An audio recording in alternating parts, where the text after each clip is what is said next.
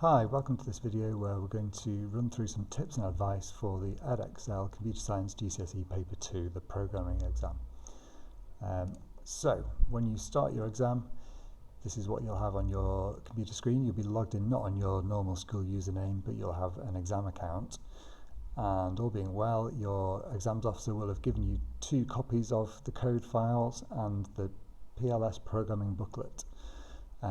If there's only 1 copy of the folder, just make a quick copy, because what you want to be able to do is, if something goes wrong or you accidentally delete a file or something, you've got a spare copy that you can go back to and see the original code. Okay. And the first thing you want to do is open up your IDE. In my school we use Thonny, and you want to get it set up the way you like. So maybe you like having it in dark mode. Think about the settings you can turn on, which we'll come to in a minute. And I'd suggest, if you've got a big enough monitor, having the programming language booklet on split screen view like this. Maybe a bit more space given to your code editor, but you want to have the PLS booklet ready to use and easy to search. So, talking about your IDE, that might be idle, it might be Thonny, or a number of other things like PyScripter. You are entitled to use the features of your program to help you write your code. So here's a quick summary of some of those things. You have highlighting of errors. So if you, in Thonny, if you see this kind of green highlight, that's telling you you've missed a quote mark. That's an easy way to spot a mistake of yours, or maybe one of the errors that you've got to fix in an exam question. Secondly, we've got auto-completion features. So this is perfectly acceptable to use in the exam. In this example, we've got an identifier here for a variable, and as you type the letter P, you can see it's given you an option to auto-complete it. Press enter and it types the word in. It's great, particularly if you're dyslexic or you struggle with spellings, to know that the correct spelling is going to be there ready for you to use. So turn that feature on if you have that available. Debugging, hopefully you know how to use debugging in your software, so you can step through your code line by line and see what's happening.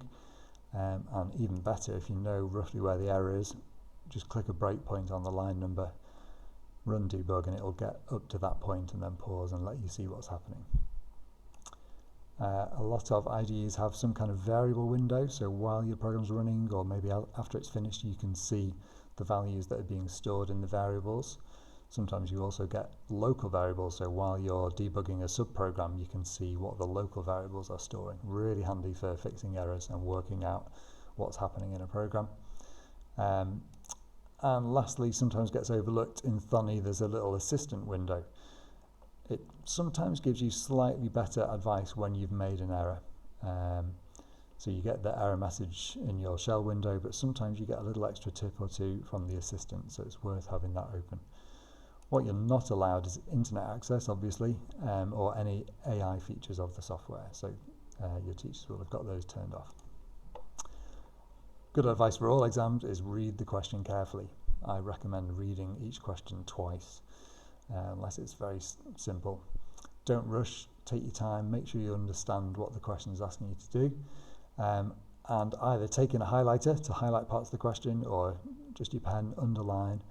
The examiner will not see your question booklet, the printed booklet in this paper, because they're just going to be sent your code files. So you can scribble on it. I also recommend ticking off the bullet points as you complete them. Use it as a little checklist so you know you've done all the tasks that you're being asked to do. Look at this last one here. People often miss this. Things like use whitespace to improve the readability of the code. Literally pressing enter a couple of times earns you a mark. How easy is that? But people miss it. I should have said already, I've been an examiner for this syllabus for the past 3 years, so I'm well aware of the types of things that people get marks for and lose them for. Next up, the programming language subset booklet.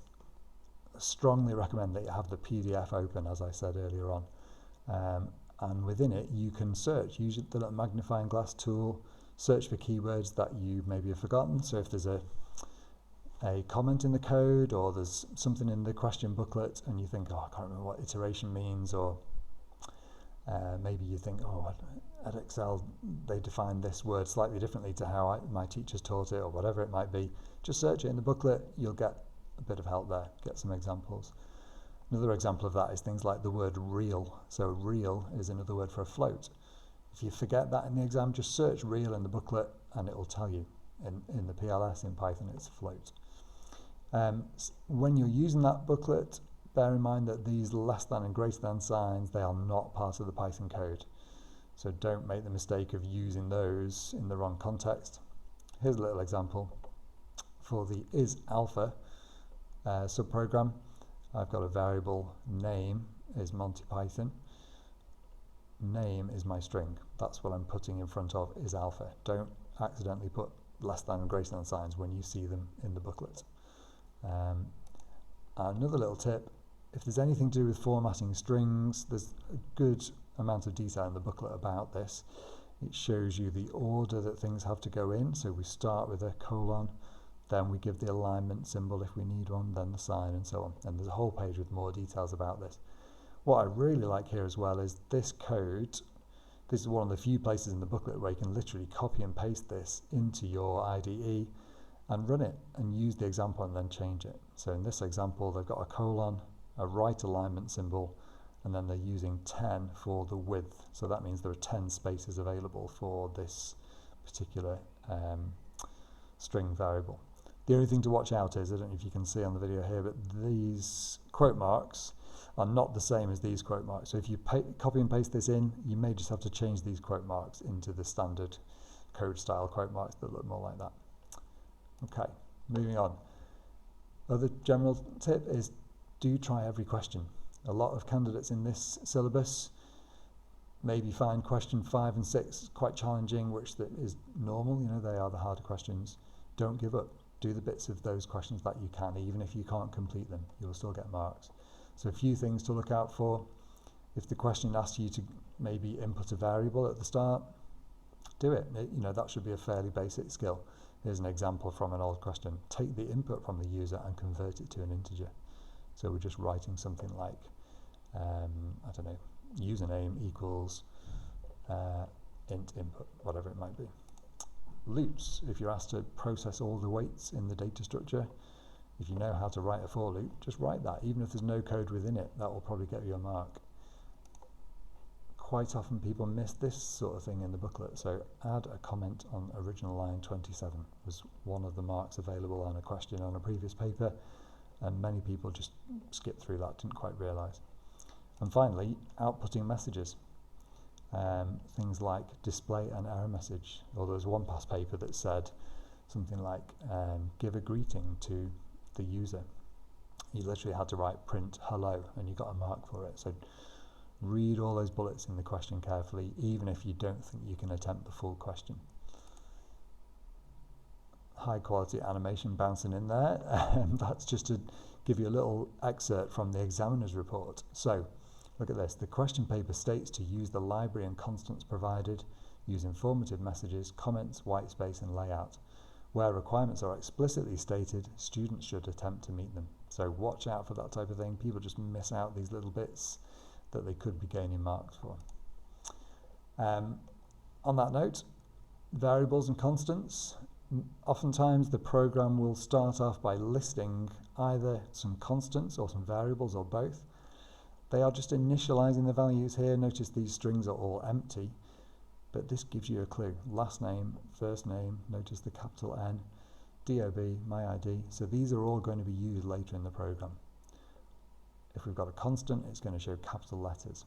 You should never be writing the word copper as a string in this program. You should always be writing specified material. That's the point of the constant.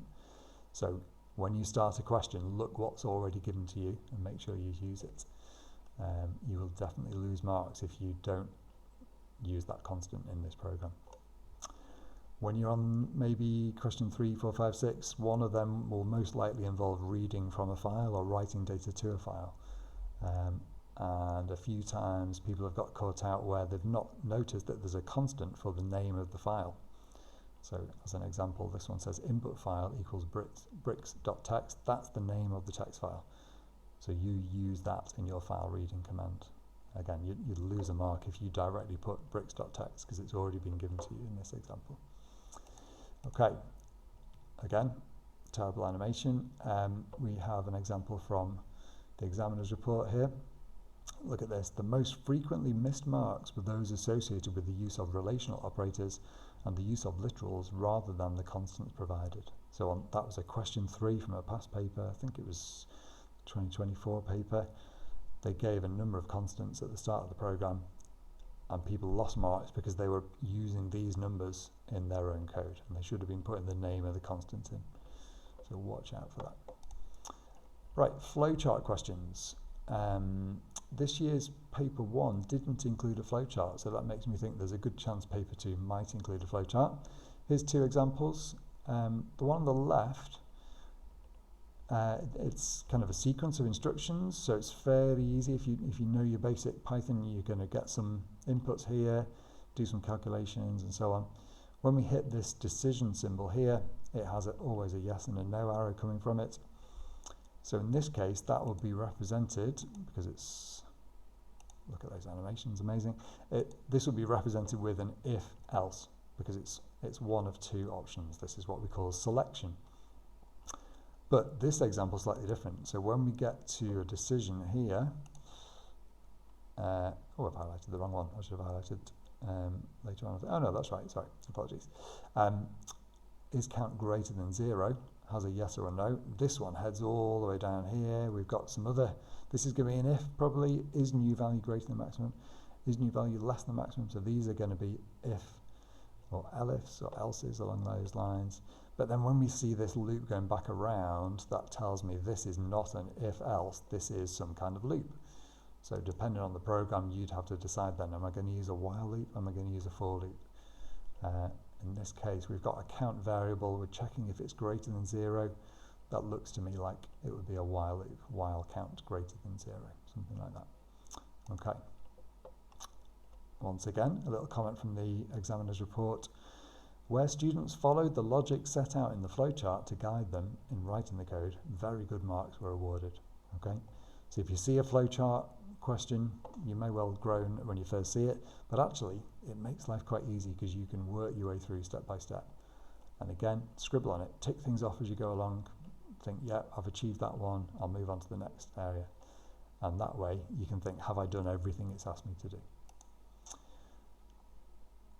Right, onto the dreaded rearrange the code question. Some people really don't like these and would kind of rather write the program themselves, but we've got to go with what we're given. So in this example, it said amend the code to make the program work and produce the correct output. You will need to rearrange the lines. It also said use comments, white space, indentation and layout to make the program easier to read and understand. And this is what you were given in one section. Look out for these comments, rearrange the mix-up lines, end of mixed-up lines. So everything between here and here is mixed up. Let's look at a few clues about how you would solve this. So firstly, we could look for the levels of indentation if they've been given. So that clearly is in the wrong place because it's going to give me an indentation error for being over here. The for loop, we know that after that colon, things will be indented. So it looks like that's going to come probably higher up. But is it the top level? We don't really know at the start of the question. Sometimes you'll have comments on the end of a line. That might give you clues. This example doesn't have that. Then we get to variable initialization. So total equals 0, value equals 0, multiply equals 1, digit equals empty string. So those to me look like they're going to come early on. So I can't be returning the total until I've done something with it, done a calculation. I can't be using multiplier here. I'll just get rid of these arrows. I can't be using this multiplier if I've not already initialized it. So think about the order that things need to go in for it to work.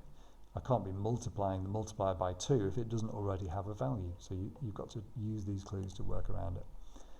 If we've got a return, because we're in a subprogram, chances are that's going to come late on, isn't it? If not the last line, then certainly far down the program. You could have more than one return if we had an if and else. So be aware of that.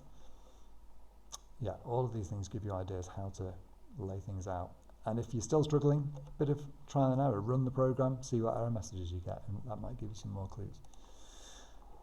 Final little section of the video, if you're still awake and still with me, when you get onto the later questions, you start getting these levels-based mark schemes, which may be worth 3 marks like this. You might get another one, so it's worth 6, or on a question 5 or 6 may get 9 of your 15 marks may come from these level-based mark schemes. So one of them will be good programming practices. For speed, I'm just going to focus on the Mark 3 band here, but obviously you can pause the video and see the different levels. So to get the full marks for programming practices, we're looking for effective layout of code, maybe initializing all your variables in the right place, putting the subprograms together in one part of the program, naming your variables sensibly, so don't call anything a or num unless it's really clear what that variable is for. The only place where you could use a short identifier would be in a for loop. If you put for I in range, that would be acceptable, but other than that, make sure your variables use good suitable names. Effective commenting is used to explain logic of code blocks. They don't want you to do line by line comments. You'll lose marks if you do too many comments, so watch out for that. Good use of white space to aid readability. Put some blank lines in there. Press space to spread things out a little bit. Not over the top, but just to make it easy to read. Here's an example. This person lost marks because they did too many comments. They sat in the exam writing all these comments. Sure, it explains the program really well, but it makes it hard to actually read the code because there's so much going on here. So the examiners are very hot on that. They'll mark you down for it. Here's what it says. It was a good example of code that follows the logic, but it has used excessive white space and comments. So they don't like having a white space between the if and the print. It's unnecessary. They don't like all these comments, so watch out for that. Next one is functionality. Let's have a look at column 3 here. The component parts of the program are complete, providing a functional program that fully meets the given requirements. So for 3 out of 3 here, your program's got to do everything it should do. All the outputs are accurate and informative, so any prompts that you give should have a good message with them. It responds predictably to anticipated output, and it's robust, so basically your program doesn't crash if you use the correct sort of data types as input. Here's an example from a previous examiner's report. Really getting tired of those animations now. This one was awarded 9 marks. They opened a file, they processed each line. It used the strip and split commands, which we often need to do when we're pulling data in from a file, but they forgot to close the file. That's an easy one to miss, and we'll lose you a mark or 2 here. While the solution does translate, it generates runtime errors on execution. So that's why this person will not, if I just flip back a slide, they're going to be on probably a 1 or a 2. If the program translates, they could probably get a 1, but they're not going to get any higher than that if it's giving error messages. Okay, final one, solution design. So this is about your kind of logic, how you've gone about designing your solution to the problem. The component parts can be clearly seen, the problem's been decomposed. The choice of variables and data structures is appropriate to the problem. Think, do I need to go 2-dimensional or is 1-dimensional okay? Have you thought about how efficiently your program works? So we're not making unnecessary data structures. That would be a waste of storage. Here's an example. Again, I think it was from 2014 if I remember rightly. But the code actually looks reasonable, but it only got 7 marks on a 15-mark question. So they remembered to do their file open and file close, but they made a little mistake, which is on this line 49. Cow record equals cow key, comma, cow tag, and they've used normal brackets. So I think this person intended to use square brackets to make a list, but they've accidentally made a data structure known as a tuple, which isn't part of this GCSE syllabus. So that's ended up making extra storage that wasn't required. If you can do everything within one list, try to do that because it's way more efficient. Okay, so final slide. This is a little screenshot from the chief examiner, their summary of all the kind of thoughts and feedback from examiners. So follow the instructions in the paper and do not rewrite the supplied code. Don't waste your time fixing something that doesn't need to be fixed. Remove all the syntax errors from code so it will translate. So if you run your program and you get an error, fix it. Syntax error is all those kind of, if you like, spelling and grammar, the things that break the rules of the language. Execute and test code with the data supplied in the question. So if the question gives you a table of suggested inputs and outputs, try it out. If it doesn't match those, you're not going to be getting full marks. Consider the design of the overall solution, not just the single lines of code. So don't dive in too quickly. Think about the whole problem. Do I need to do a subprogram? Do I need to do a loop? How am I going to make it get that data from the file and output it in the right format? You know, you might want to scribble on your booklet a little plan of how you're going to go about it. Don't just jump in too quickly. And finally, use effective but not excessive commenting and white space, as we've said on the last couple of slides. Okay, hope that's been helpful. Good luck for your paper 2 exam. Make sure you read those questions carefully and get scribbling on your booklet. Good luck.